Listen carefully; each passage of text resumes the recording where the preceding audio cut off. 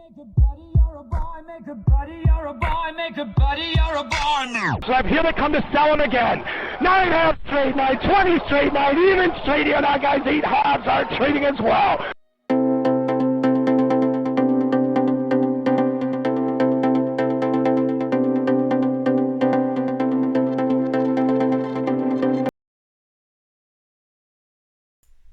What is going on, traders? This is going to be the 10th installation of the Sierra chart tips and tricks. And so this video is hopefully going to help some of you who use the same software to trade, which is Sierra chart, to make life a little bit easier within the software. So I'll be going over 4 major things. Number 1, smooth scrolling. Number 2, the tick multiplier for charts and a setting that affects the depth of market to make it a lot more, I guess, user-friendly. Control bar is number 3, which I'll go over some of the settings that I use and some of the things I've added to make charting and my life just a lot easier in Sierra chart. And showing you guys some things on how to configure each of the buttons and how it kind of works. So, and then the fourth and the last thing is I'll go into the tool settings for crosshairs and right-click action in your charts, stuff like that. So some of the settings and what they do and how it can make your life in Sierra chart just a little smoother, a little easier, a little more navigable, I guess you could say. Okay, so without further ado, let's just get into it. So on the smooth scrolling, what that refers to is the recentering of the chart in a very smooth way. So this is a footprint chart that I have for the NASDAQ, and it's got this built-in, I guess, DOM, but it's not an active DOM, it's just a market depth. It's a market depth view. Anyway, and I like this thing to kind of smooth scroll with the price action. I don't want it chopping up and down, right? So I'll show you what the smooth scroll does, right? If I navigate left over here, see how it's moving nice and slow and centering? See that? See that? It's centering to the bar. See that? See how it scrolls nice and smooth? So if you right click this and you go into your scale settings and you do recenter on chart scroll, it's not going to work the same way like it is here. You have to access this setting through the menu. So you go to chart, right? And then you go to chart, and then you go to scale, and then it brings up this menu here. And then what you do is you do constant range recenter when the last bar exceeds a certain number of ticks from center. Now, if this is off, right, this will not work the same way. Okay? It just will not work. So, anyway, chart, it's still on here, right? It's still set to that. Okay, so just make sure that it's set like this, this is on, whatever. Just looking at it myself here as I hit it. Yeah, you see that? So it's on. And so with that setting on through the menu in the chart menu up here, you will find, and scale, you will find that you'll get this smooth scrolling. Okay, so the next thing I'm going to look at, the second thing, and hopefully this will be a nice short little video, instead of the longer ones that I've done. The next thing is the tick multiplier. Okay, so for NQ, right, it often moves a lot, and so I like to move the tick multiplier settings. So you can go into chart settings, and right here, the tick size, right, that it sort of aggregates within the footprint, you can change that to like 1. You can change that to like 0.25, which is the true. You have to deselect this auto set from data feed, okay? But what ends up happening, right? Let's just say we go to 0.25 here. And what I want to show you guys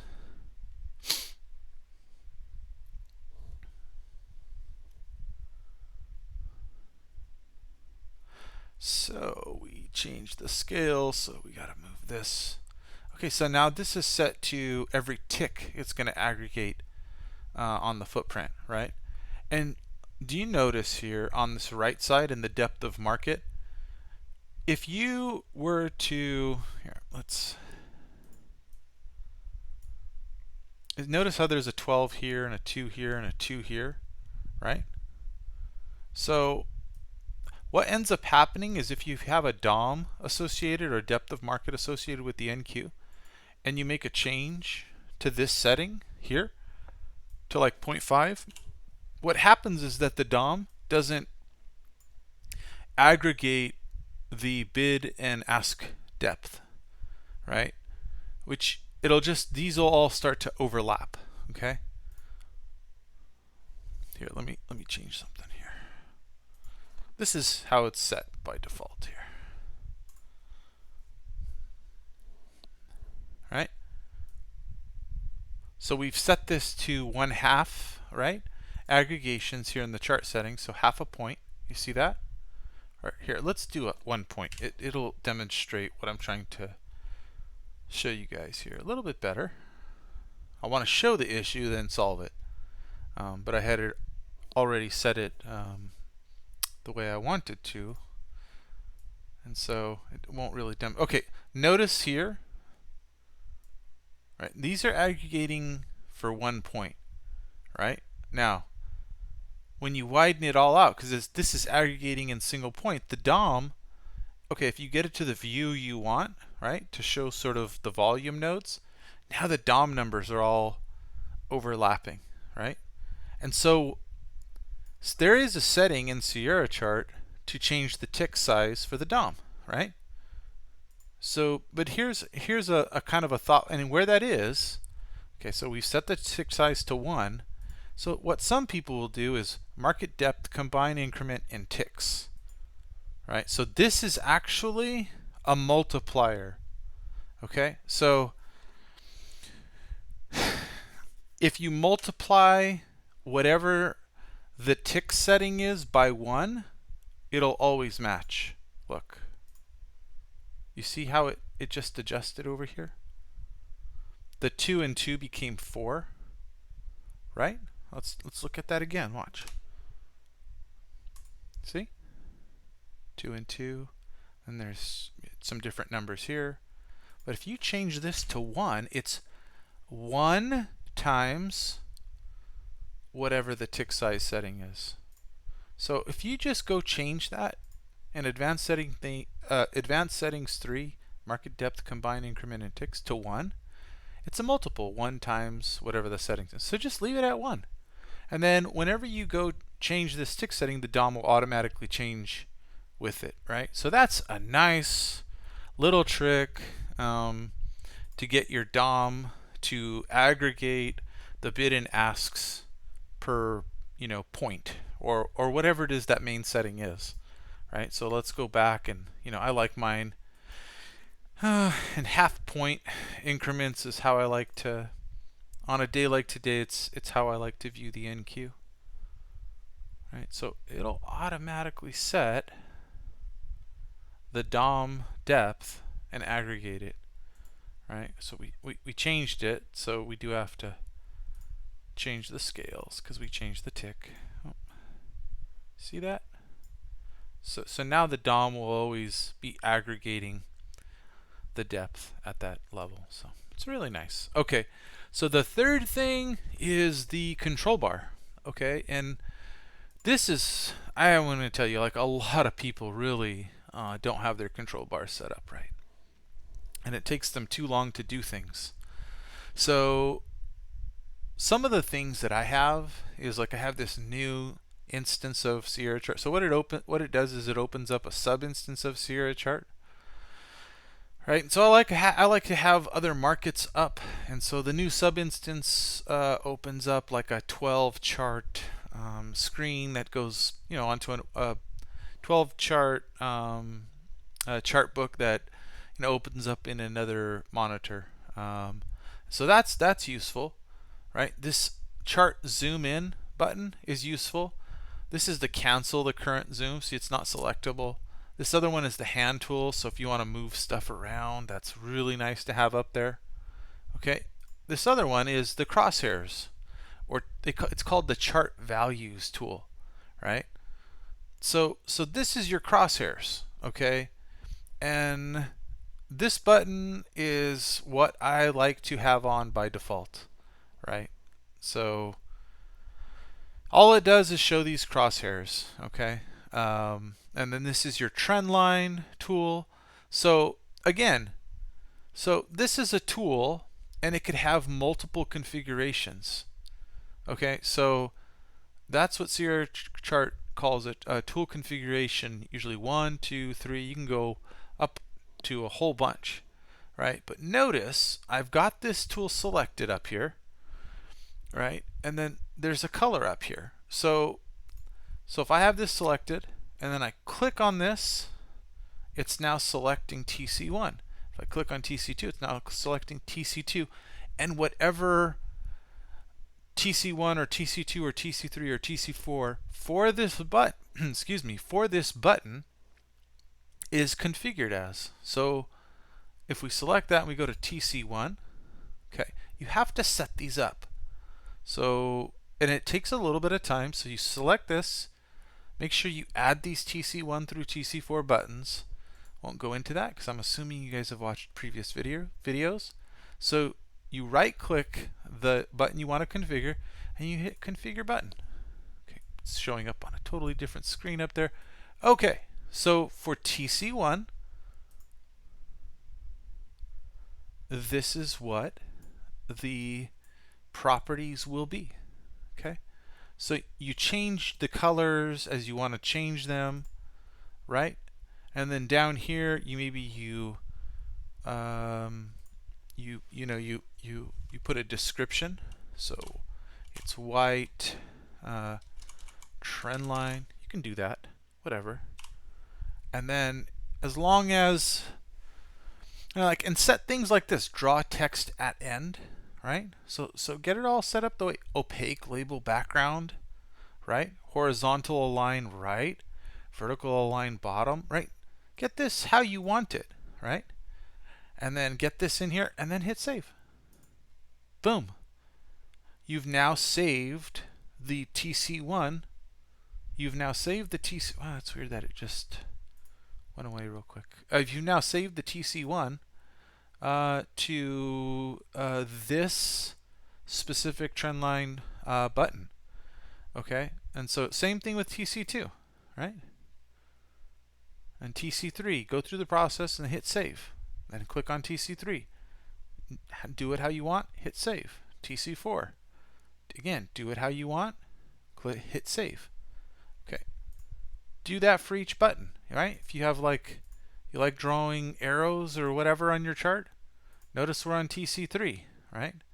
So if I right click here, I click back on, I can just click TC2 to change the color, or TC1 to change the color, right? You see that? But I've done that for each one of these. Okay, so do that for all of them. Like this one, that's really nice for drawing channels. What is that called? That's a parallel raise tool. This one, just a horizontal line tool, right? You see, you want to just set a price level going end to end on the chart. Boom, right? And again, for that, I've got the TCs all configured for that. You see that? You see that? I've got all these configured. All right? And so another one you want to probably add is this undo draw button. Find it. Undo chart drawing, right? So you can just go backwards like this. Boom, right? So sometimes as chartists, we draw trend lines and everything. We don't want to get rid of everything, but we just want to get rid of the last few that we added. Well, undo draw is a great one. Okay. Another one is the horizontal ray tool, right? So set this up the way you want it, right? Maybe you only want to show a price because there's an LVN at a certain level. Well, use this, all right? You think like there's stops, I don't know, let's just say above this level there's stops, we think. Okay, so select the horizontal array. Me, I use teal for stops. That's just my own internal. So okay, we want it to start from here and extend right. 1 click and 2 clicks, and it's added. Done. Now, it automatically puts the price in there for me on the right side. Well, that's configurable. Again, you're selecting the array, so you just right click to configure the button. Again, it comes up on another screen for me, my main screen, which is in the middle. The screen is off to the left for me. So anyway, that little extend right, you can think of the extend. This is extend on the right side. This is extend on the left side. Right? Most of the time I extend on the right side of the chart because that's into the future. So I don't keep this. If we did extend left, this would be the same thing as the horizontal line tool, wouldn't it? Yeah, it would. So, oh, weird. Configure button is back. Cancel that one. Cancel that one. All these other. Okay. So, teal extended right. I have it, saved and save it, right? What does TC2 look like? Okay, it's red like this. What is TC3? It's green like this. What's TC4? Okay, it's teal, right? And then, name it. And you could even have it to where it's name it, but I was going to say you can even have it until set to where it's extending only until it intersects in the future. That's kind of cool, and that way it doesn't extend into infinity to the right. It only extends until price hits it again. And can that help clean up your charting? Absolutely, yeah, it can. Me, I don't do that, but I could see for some of you that maybe that would be kind of cool.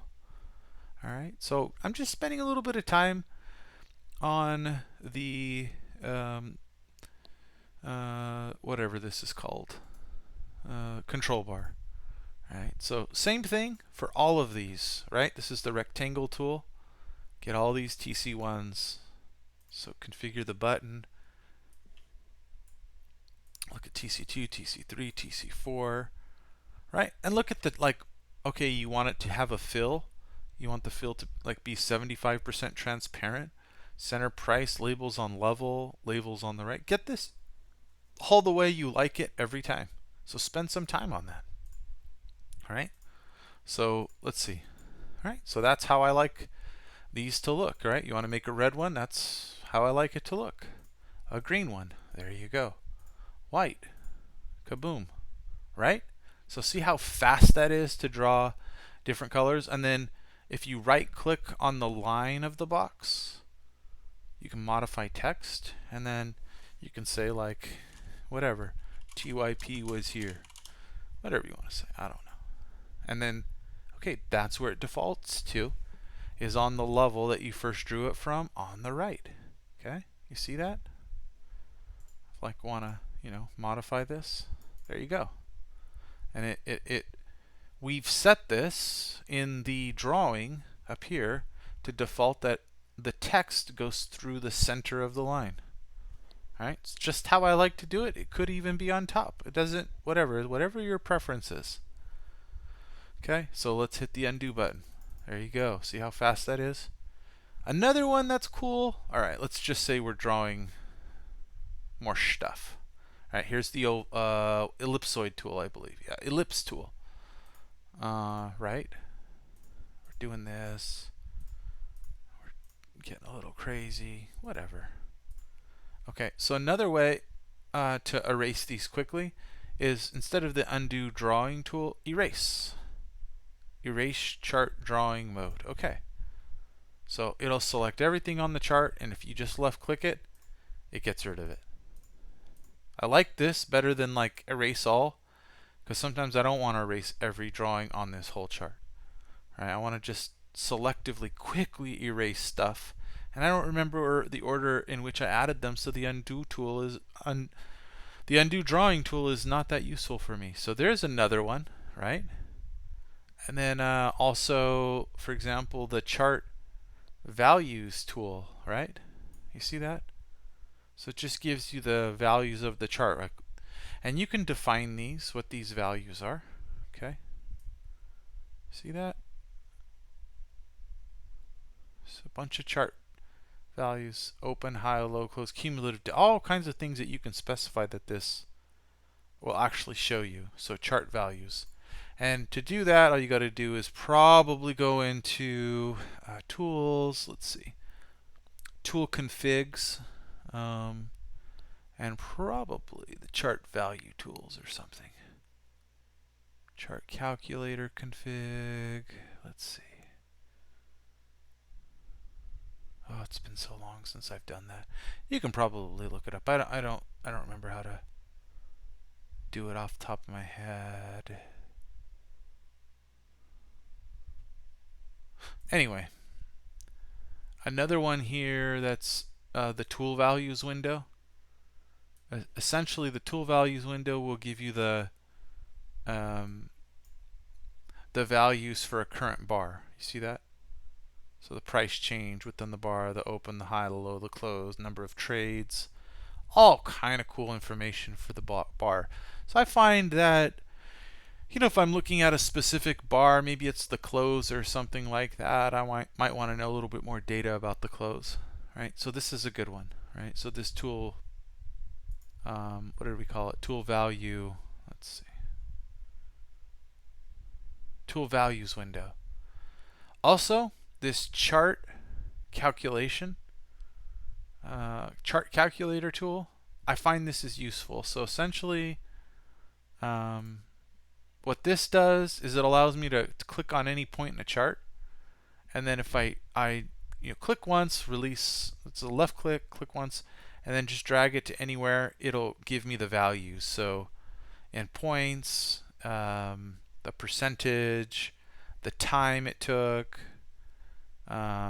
you know, all kinds of stuff. The volume, that the ask volume minus bid volume, right? I have that in there as part of this tool. So anyway, this tool, the chart calculator tool, configure it, right? Again, you can configure that, right? Right now it's set to red. Oh shoot, where'd it go? Here, configure that button again. Okay. It's so weird. It keeps popping up on different screens. Okay. So, okay, TC1 is white, right? And then look at the labels, right? What do you want to know? So ask volume, bid volume difference, volume, angle, price, opaque label background, right? So that this always shows up, it's always clear. You know, number of bars, all that stuff in here. Difference in ticks, currency, all kind of things. You can have this label show you so that when you click on a point to another point, it can show you information from between one time period and another time period, right? So that is kind of cool. And then you can have different colors. See that? Like this one's white, this one's red, right? We can go back to the colors. This one's green. I wouldn't be surprised if this is yellow. Okay, it is yellow. So, all right, I want to change that because I went from yellow to teal in my color scheme. All right, that's the color I want. Okay, hit save. Okay, now if I go into this tool and I click this, it'll be teal. All right, so that's another cool one. Also, let's undo these last two. This reward risk tool I find incredibly useful. Okay, so this is your stop. So first click is where your stop would be. Second click is entry. Third click is, say, take profit. All right, and again, you can configure this bad boy or bad girl. Let's hit right click, configure button. Oh, coming up on another screen. And say like, well, what do you want this to do, right? So the marker type, I want to say that, okay, the line connecting these, I want them to be dashes. I want them to have a width of 2. Okay, so line 1 would probably be this one, line 2 is this one. And then your stop, right, is red, your entry is whatever this color, and then or your entry is this color, stop is this color, target's this color, right? So you can put the target on the left if you want, right? You can change it around, do whatever you want. Again, I only use this, I think, in TC1, right? Because I always want these same colors, right? So again, you can show the points, you can show the ticks in profit, right? Save, right? So watch. All right, we have the RR, we have the TC1. Now watch, it's going to show us ticks. See that? 9 ticks. Doesn't show ticks up here, does that? 17 ticks, whatever. So however you want to configure at that, that's maybe you have one that's ticks, one that is points, and another that's, I don't know, dollars or something like that. But I include all of that on here. All right, so I use this fairly often to kind of set up my trades and to visualize my risk reward. Okay. What's another one? The draw volume profile tool. I've done another video just on that, so maybe not cool. Chart replay. Show my fills, right? If I'm telling people, hey, this is where I entered and exited, it'll show just the order fills. That's it. Show your order position, but it maybe you want this screen not to be tradable, but you want to see your order position actually. Well, that's what that is. Trade mode on or off, right? If trade mode is on here, let's see, right? Trade mode is on, then this becomes a live chart. Now the DOM doesn't turn on until I have DOM on or off. See that? Now this is a live DOM, right? You can enter orders. See that? So that's another cool button. Attach your trade window. I've just had that on for a long time. I don't usually mess with the trade windows, attaching and detaching them, but for this toolbar, if I do make new windows, I want that button readily available. All right, if you want to add an alert for this symbol, I've got a button for that, so I don't have to go looking for it. And if I want to manage all my alerts, there's a button for that. If I want to lock my trading screen, there's a button for that. So this is restore window button, right? You see how I don't show the title bar here, right? So there's not the normal button up here for minimize and restore or maximize. So I have buttons for that: max window, restore window. Okay, I mean, you can access the same thing through the window menu. So, oops. Okay, and then of course all the different time frames you like to trade. Some people like to put their PNF time frames up here. All right, let's turn all that off. Right, so trade mode is now off. This is not selectable anymore. Anyway, I like this button up here, RTH /ET. Use evening or full session. Right, so if you're in a chart and you only want to see the regular trading hours as defined by your chart settings times, here and here, you can turn off the easy evening session or essentially this button, just by having this button up here, lock fill space button. Right, you see how when I scroll this moves and the labels move and they can go over the volume profile over here? Well, if you hit lock fill space, it'll lock this space here, and when you scroll over, the labels will just stay in place, right? And the last bar will always be here, right? So then you don't have a problem with labels going over and all of that. So that's kind of nice to have. Okay, so get rid of that. The global cursor on, right? So what this will do is, let's say you have other charts that are linked up with this or whatever. If the global cursor is on, wherever your cursor here is or your crosshairs are on this chart, they'll center over the same bar on another chart on another time frame. Okay, so this is managed chart drawing. Sometimes we get a bunch of chart drawings that are really old on low time frame charts, and that takes up memory. Okay, so managing your chart drawings and getting rid of your old stuff can help improve performance. Okay, so symbol settings, right? I do like to create once in a while custom symbols or whatever. So this just takes me straight there, right? This is another useful one, ChartLink 1 shortcut and ChartLink 5. So ChartLink 1 is what I normally have everything set to for my watch lists, which are called, I can't even remember in Sierra Chart. So when I want everything to link to the watch lists, I've got this here as ChartLink 1. But when, let's say, I don't want it linked, I have it as ChartLink 5, or I can also do no link.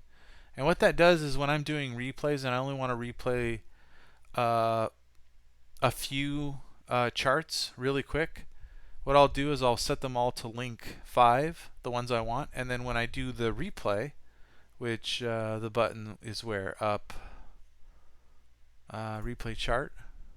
What I'll do is I'll set this to all charts with the same link number, and then you can have less charts all playing at the same time because you can quickly set them to link 5 or whatever because of this button. So right, so super useful to set this up like this.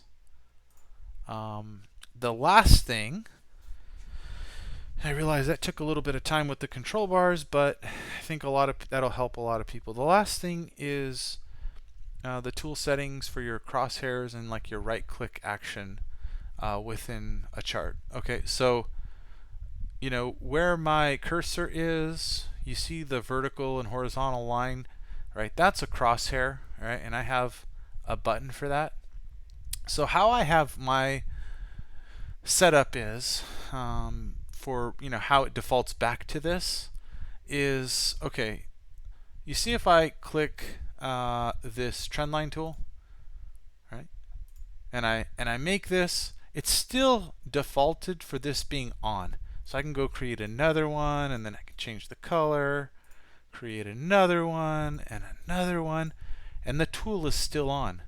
Well, what I've done is in the settings, when I click on it, any empty space in it, when I right click, again, I'll say that again, when I right click on any empty space within a chart, Sierra Chart defaults back to the crosshairs.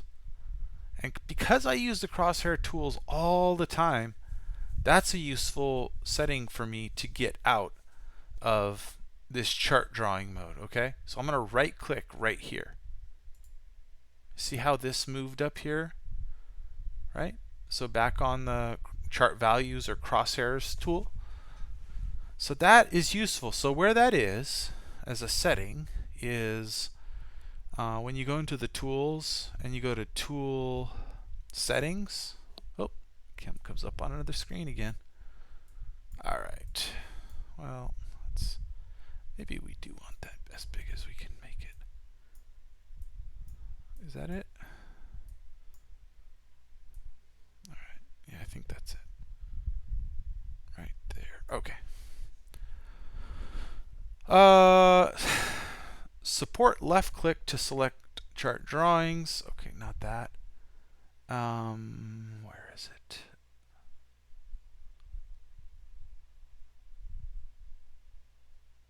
Lower down. It's under other.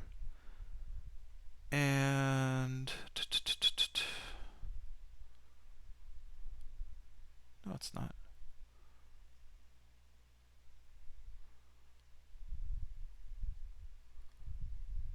Right here.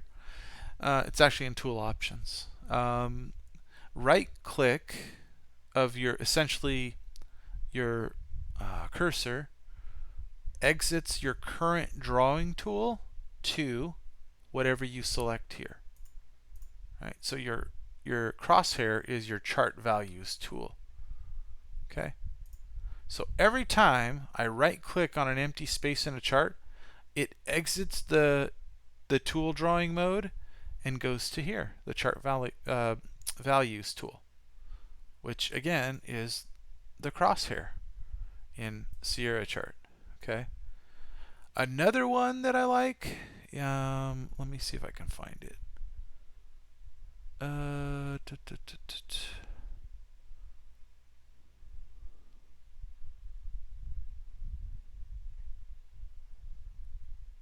I guess it's right above.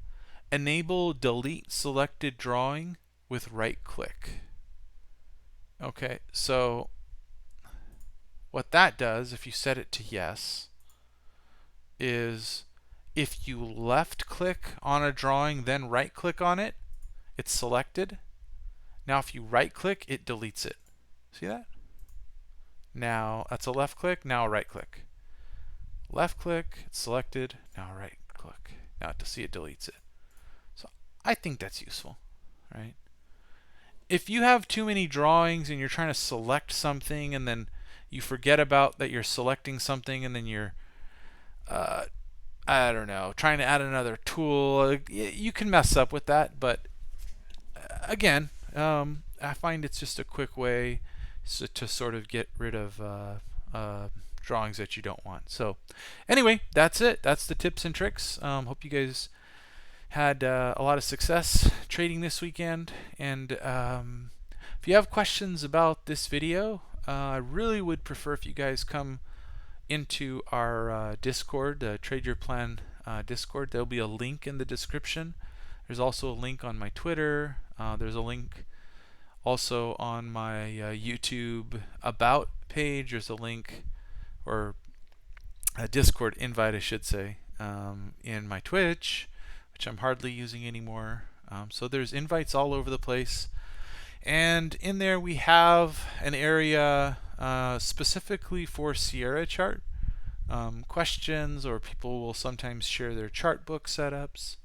And when I hit 1,000 YouTube subscribers, I said in my past video that I will share this NQ chart book, and that's where I'll do it, is within the Discord, and I'll do it in the Sierra chart channel. So we have channels for a bunch of other software as well, and users discuss